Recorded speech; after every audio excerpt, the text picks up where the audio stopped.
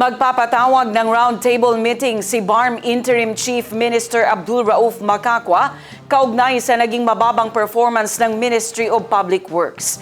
Matatanda ang bumaba ng mahigit 50% ang budget ng ministry na inaprubahan para sa 2026 kumpara sa taong 2025. Tinanong ng news team ang opisyal kung magpapatupad ba ito ng balasahan sa hanay ng kanyang mga gabinete matapos ang naging evaluation sa bawat ministry, agency at opisina. Narito ang pahayag ni ICM Macacua. That's also correct, ma'am, because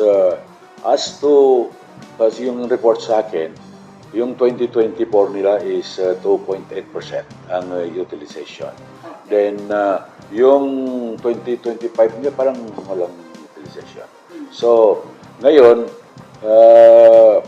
nag-usap-usap kami at saka nag-consult na kung paano natin gawin yun. So, we are now planning to hold a parang meeting na pag-usapan, not necessarily na NPW kasi lahat naman ng ministry yung utilization. Hindi naman mas malaki. So, kailangan pag-usapan namin ito, not necessarily in the cabinet. Kasi cabinet, walang makukuha doon kasi formal talagang pag-usap. So, we have to conduct this meeting into a parang similar to roundtable discussion na pag-usapan.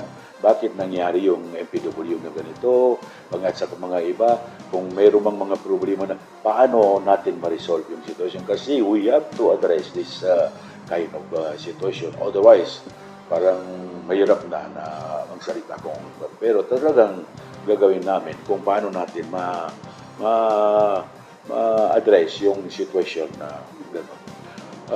Yung revamp na yun, ma'am, kung sakali man hindi naka-anchor doon sa mga performance, but there is this revamp na kailangan gawin even without those mga situation, o di kaya mayroon namang mga regular din na mga situation na pwedeng mag-revamp sakali.